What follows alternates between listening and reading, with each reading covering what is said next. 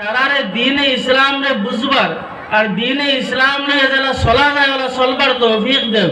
আর দিনে ইসলামের যে আহমিয়ত আর যে গুরুত্ব মুসলমানের কাছে ওইতো আসলো, ওখান তো মুসলমানের কাছে আল।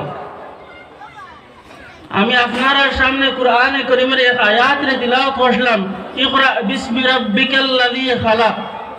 আল্লাহ পাক তাবারক ওয়া তাআলা যত কিতাব হল জমিনের মধ্যে নাজিল করছেন, এই সারা কিতাব থেকে আফজল, সারা থেকে বালা কিতাব কুরআনে কারীম রে নাজিল করছে।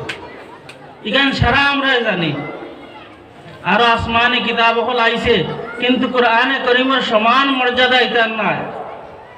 আরো নবী হল আইছেন, নবী আলাইহিস সালাতু ওয়াস সালামের সমান মর্যাদা নাই।